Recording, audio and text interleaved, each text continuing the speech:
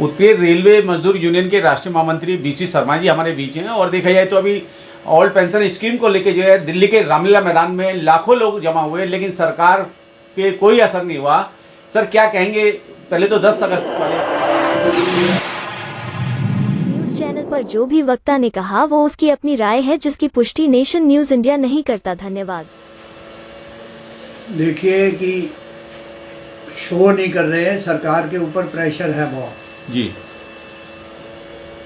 ये जो नए कर्मचारी जनवरी 2004 के बाद आए हैं उनके फ्यूचर का सवाल है, उनकी फैमिली के फ्यूचर का सवाल है। क्योंकि पेंशन 1950 में जो सिस्टम बना था उससे सबको ये था कि हमारी जो ओल्ड एज लाइफ है वो सिक्योर रहेगी और मान सम्मान से हम जिएंगे।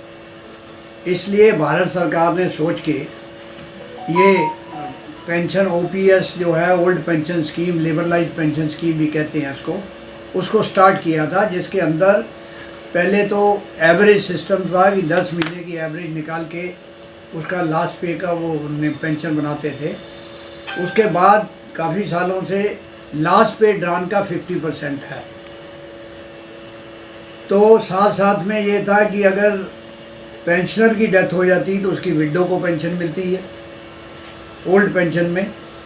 अगर उसकी लड़की अनमैरिड है उसको मिलती है, डाइवोर्सी लड़की है उसको मिलती है, लड़का है उसको मिलता है। लेकिन ये नो पेंशन स्कीम के अंदर ऐसा कोई सिस्टम नहीं है।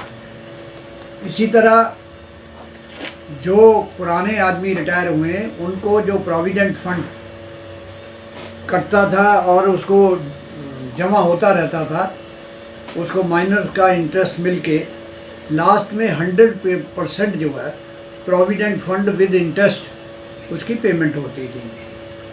अब एनपीएस में क्या किया कि 60% पेमेंट होगी, 40% जो है वो गवर्नमेंट रखेगी। एक्स ग्रेशिया जिसको हम न्यू पेंशन सिस्टम कहते हैं, एक्स ग्रेशिया देने के लिए मार्केट में उसको शेयर मार्केट में लगाएगी, जो उसके ऊपर प्रॉफिट होगा उसके अनुसार उसको एक्स ग्रेशिया मिलेगा। जिससे ये आज भारतीय रेलवे कह लीजिए, सेंट्रल गवर्नमेंट कह लीजिए कि 60% यूथ जो है सर्विस पे आ चुका है और उससे उनका फ्यूचर जो बहुत ख़राब है कि उनको लास्ट पे ड्रान का 50% नहीं मिलेगा, बाकी प्रिविलेज नहीं मिलेंगे। इन वजह से रिजेंटमेंट है। और भारत सरकार के कुछ नुमाइंदे भारत सरकार को जो मिसगाइड किया हुआ है प्राइम मिनिस्टर को कि पेंशन देने से भारत सरकार के ऊपर बोझ पड़ेगा। ऐसा कोई बोझ नहीं है। पहले भी हम एक्सप्लेन कर चुके हैं कि एक साथी युवा अवस्था में भर्ती होता है, 60 साल नौकरी करता है, 60 साल में उसका प्रोविडेंट फंड गवर्नमेंट के पास रहता है, उसके ऊपर वो अर्न करते हैं, उसका थोड़ा सा पार्ट जो है इंटरेस्ट के रूप में देते हैं, बाकी यूज़ गवर्नमेंट करती है। रेलवे में 13 लाख कर्मचारी मौजूदा है, उसका वेतन, और जो रिटायर्ड कम से कम इतने ही रिटायर्ड साथी हैं उनकी पेंशन रेलवे खुद टॉलरेट करती है। भारत सरकार के ऊपर उसका कोई बर्डन नहीं है जी। हम खुद अर्न करते हैं, खुद ही उसमें से करके रेल को चलाते हैं, सेफ्टी से चलाते हैं, कम पैसे में चलाते हैं और सुविधाजनक सुविधाएं दे के चलाते हैं और कंसेशन भी पब्लिक को देते हैं। उसके बावजूद रेलवे में कोई दिक्कत वाली बात नहीं है। लेकिन ये जो तरीका गवर्नमेंट ने सोचा हुआ है जनवरी 2004 से, इससे जनता के अंदर, नौजवानों के अंदर बहुत ही रिजेंटमेंट है। अभी 5 स्टेटों में जो गवर्नमेंट ने ओल्ड पेंशन रिस्टोर की है, ये उन्होंने अपनी वोट बैंक को पक्का करने के लिए की है। ये नहीं सोचा, पहले उनको लागू नहीं करनी चाहिए थी। जैसे कि बंगाल के अंदर नो पेंशन स्कीम स्टार्ट ही नहीं हुई। जी हाँ। उन्होंने ओल्ड पेंशन स्कीम रखी, डिफेंस के अंदर भी ओल्ड सिस्टम है। तो रेलवे कर्मचारी जो है सेकंड डिफेंस लाइन है इस देश की, वो कोरोना में भी साबित हो गया कि कोरोना में केवल रेलवे ही डिपार्टमेंट था जिसने रेल को चलते रखा, और जनता की जो आवश्यकताएं थी, खाने पीने की चीज़ें थी, ऑक्सीजन थी, मेडिसिन थी, एक किनारे से लेके दूसरे किनारे तक यही एक साधन था, या बाई एयर या ये है, लेकिन ये साधन चीप था, इसके द्वारा पहुँचाया, स्पेशल गाड़ियाँ कराई है। उसके बाद भी गवर्नमेंट को समझ में नहीं आ रहा है। अभी इन्होंने एक कमेटी बनाई है इसके ऊपर, और वो कमेटी को गाइडलाइन दी है कि आपने कैसे इसको मैनेज करना है। नंबर वो तो हमें लगता नहीं है कि 2024 से तक जो है ये देंगे, ये इसको ऐसे ही टाल मटाल करके लंबा करेंगे कि हाँ हमने कमेटी बनाई हुई है, हम दे रहे हैं, देंगे, लेकिन लगता ही नहीं इसका रिजल्ट होगा, लेकिन अंडर प्रेशर है। सर क्या क्या कारण है जो सामाजिक कार्यकर्ता हैं, जिन्हें एमएलए कहा जाता है, सांसद कहा जाता है, या इन्हें मंत्री कहा जाता है, सर ये 5-5 पेंशन ले रहे हैं, और एक कर्मचारी जो समाज का सेवा करता है, नौकरी करता है, वो 35-40 साल नौकरी करने के बाद में उसे पेंशन से वंचित किया जा रहा है, और वो जो सामाजिक कार्यकर्ता हैं उनको 5-5 पेंशनें मिल रही हैं, लाखों रुपए में पेंशन जा रही है। कारण यही है कि इन्होंने पॉलिटिकल बेस है, कॉन्स्टिट्यूशन में एक अमेंडमेंट ऐसी की हुई है अपने लिए, ये हर 5 साल बाद या जितना जब भी करेंगे, इन्होंने मेंबर पार्लियामेंट 5 और 5 राज्यसभा के मेंबर, इनकी एक कमेटी बनाई हुई है जिसमें वेतन, पेंशन, भत्ते उसको जब मर्जी ये रिवाइज कर लेते हैं जी। और कर्मचारियों के लिए दूसरी बात रखी हुई है कि पे कमीशन बिठाएंगे, वो जो रिकमेंडेशन देगा उसको गवर्नमेंट के पास जाएगा, पार्लियामेंट के पास जाएगा, वो जाएगा। तो कर्मचारियों के लिए आपने ये स्कीम बना दी कि यही पेंशन एक बर्डन है, इसको कंट्रीब्यूटरी जो है पे सिस्टम कर दिया जाए, लेकिन अपने लिए नहीं बनाई।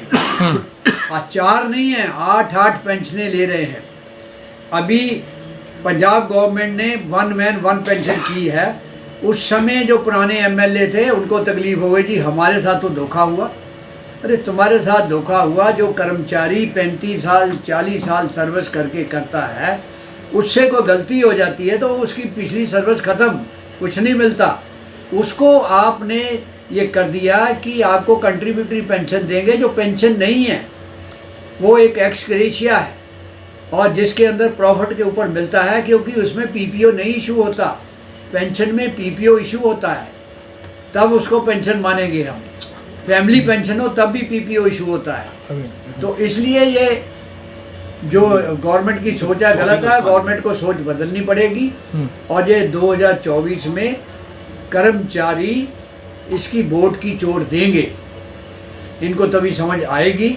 और यही हमने एम बनाया हुआ है कि अब सब जगह जाके पोस्टरबाजी करेंगे, मीटिंगें, नुक्कड़ मीटिंगें करेंगे, और जनता को और वर्किंग क्लास को और नौजवानों को बताएंगे कि ये जो गवर्नमेंट है ये आपके फ्यूचर के साथ, लास्ट लाइफ के साथ धोखा कर रही है। लेकिन सर 10 अगस्त को पुरानी पेंशन बहाली के लिए जो महारैली की गई थी, लाखों लोगों का जमावड़ा दिल्ली में था, और सरकार को आपने चेतावनी भी दी थी कि हमारी जो है पेंशन बहाली पे जो है कुछ काम किया जाए या इसको लागू किया जाए, लेकिन सरकार ने आपकी बात नहीं मानी। लेकिन अब आपने आह्वान किया है कि 21 और 22 नवंबर को जो है पूरे देश के अंदर जो है रेलवे कर्मचारी हड़ताल पर रहेंगे। क्या कहना चाहेंगे इस मामले में?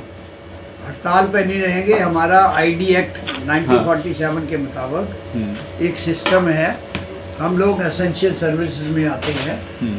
हड़ताल से पहले हमें सीक्रेट बैलेट के द्वारा कर्मचारियों से वर्डिक्ट लेना पड़ेगा कि वेदर हड़ताल करनी चाहिए कि नहीं करनी चाहिए।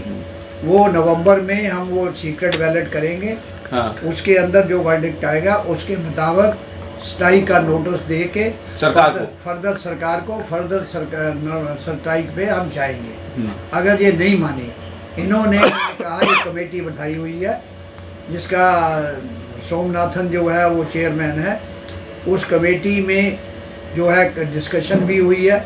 नेशनल काउंसिल के लीडर हमारे रघवैया जी भी गए थे, बातचीत हुई, डिस्कशन हुई और उन्होंने इस बात को रखा आगे कि ये पेंशन क्यों ज़रूरी है, डिफरेंस क्या है नो पेंशन स्कीम में और ओपीआई ओल्ड पेंशन स्कीम में, क्या क्या बेनिफिट है। आप वो कह रहे हैं कि हम पुरानी पेंशन से बढ़िया आपको जो है कर्मचारियों को देंगे, बढ़िया देंगे, हमें कोई स्ट्राइक करने का शौक़ नहीं है या कर्मचारियों को शौक़ नहीं है। हमारा जो ओल्ड पेंशन स्कीम में प्रिविलेज बेनिफिट मिलते हैं ये कोई खैरात नहीं है, ये सुप्रीम कोर्ट ने भी कहा ये राइट है, being citizen of the India ये राइट है पेंशन मिलना, क्योंकि सब कुछ हम जो युवा से लेके बुढ़ापे तक इस गवर्नमेंट को देते हैं, नेशनलिटी के से सेवा करते हैं, इस देश की हर आपदा में सेवा करते हैं, इसलिए ये एक अवार्ड में सम्मानजनक जीने का एक साधन है पेंशन, इसलिए इस पेंशन को सिस्टम हुआ, ये पेंशन गवर्नमेंट को देनी ही पड़ेगी। सर जिन जिन राज्यों ने पेंशन ओपीएस को लागू किया तो लागू करने की घोषणा की वो राज्य जीत के आए हैं सर। अब 5 राज्यों की जो सर कशमकशी चल रही है, क्या लगता है सर इन 5 राज्यों के अंदर? इसमें भी जो इंटेलिजेंट पॉलिटिकल पार्टी हैं अपने मैनिफेस्टो में ये बात रखेगी, जो बीजेपी को बिलोंग करते हैं जी वो घुमा फिरा के बात रख सकते हैं, लेकिन वो रखने में तैयार नहीं है। इसकी एग्जांपल हिमाचल में है। हिमाचल में ये बात आई थी, बीजेपी वालों ने कहा था कि ये मैनिफेस्टो में रखना चाहिए, लेकिन गवर्नमेंट ने उसको मना कर दिया। इसके साथ साथ दूसरी बात मैं ये कहूँगा और कि आज हमारा जो महंगाई इंडेक्स है, महंगाई भत्ता खुद ही अब जो है 4% और बढ़ा दिया है और मिनिमम बेस जी आज जो है 32% होना चाहिए, 32,000 के करीब होना चाहिए। मिनिमम वेज 18,000 है। ये परमानेंट वेज रिव्यू कमेटी जैसे लोकसभा और राज्यसभा में MP MLA के लिए बनती है, इसका एक सिस्टम गवर्नमेंट ऑफ इंडिया को बनाना चाहिए, जिसमें हर 6 साल बाद, ज़्यादा 8 साल बाद ऑटोमेटिकली वेतन रिवाइज होना चाहिए, अलाउंसेस रिवाइज होने चाहिए, बाकी भत्ते रिवाइज होने चाहिए। आज 8 साल हो चुके हैं, अभी तक गवर्नमेंट को इसकी सोच नहीं है। अगर कोई पार्लियामेंट क्वेश्चन करता है वो कह रहे 8वां पे कमीशन नहीं बैठाएंगे। अपना इन्होंने खुद जो है पीछे जो है अपने आप ही कर लिया, जिसमें पहले इनका अलाउंस क्या था, कॉन्स्टिट्यूंसी अलाउंस क्या था, डेली भत्ता क्या था, सब कुछ बढ़ाया। आज जो है हमारा नाइट ड्यूटी अलाउंस, टीए के रेट, NH के रेट और दूसरा डेली अलाउंस वगैरह, ये सारा जो है जो हमारी महंगाई है उसके मुताबिक अकॉर्डिंगली नहीं है।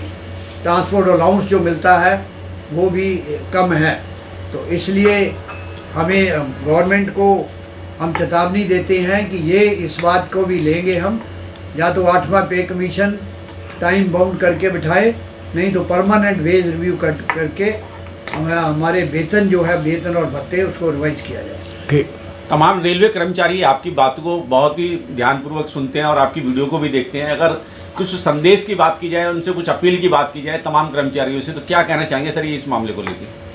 मैं तमाम कर्मचारियों से अपील यही करूंगा कि अभी 5 स्टेटों के चुनाव जो है वो इलेक्शन कमीशन ने डिक्लेयर कर दिए हैं और तमाम कर्मचारी जो भेड़ चाल की तरह वोट ना दें, जो हमारी बातों को, हमारी डिमांड्स को, महंगाई भत्ता जो 18 महीने का फ्रीज किया है उसको रिलीज़ करे, जो OPS लाए और जो नाइट ड्यूटी अलाउंस जो है उसके ऊपर जो लगी हुई है रोक उसको ख़त्म करे, जो हमारी पोस्टों के ऊपर बैन लगाया हुआ है, नई पोस्टें सेंक्शन नहीं है उसको रिलीज़ करे और नौजवानों के लिए रोज़गार पैदा करे। उस पार्टी को अगर वो मैनिफेस्टो में लेते हैं उसको वोट दें, अदरवाइज़ जो है किसी को वोट ना दे, चुपचाप अपना रहे।